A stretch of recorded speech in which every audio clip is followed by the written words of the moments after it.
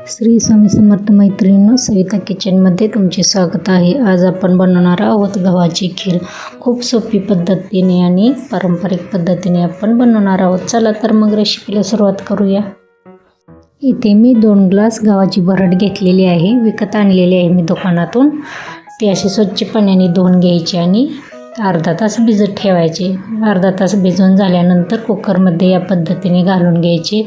इथे 2 ग्लास गव्हाची भरड आहे तर 4 ग्लास पाणी घालायचं आहे आणि फुल गॅसवर एक शिट्टी काढून घ्यायची आणि मंद गॅसवर 10 मिनिटं शिजवून घ्यायची आहे भरड आपल्याला।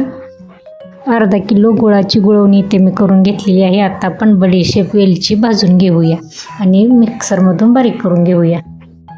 अर्धा किलो गव्हाची भरड मी इथे घेतली होते तर अर्धा किलो गूळ घेतलेला आहे मी इथे।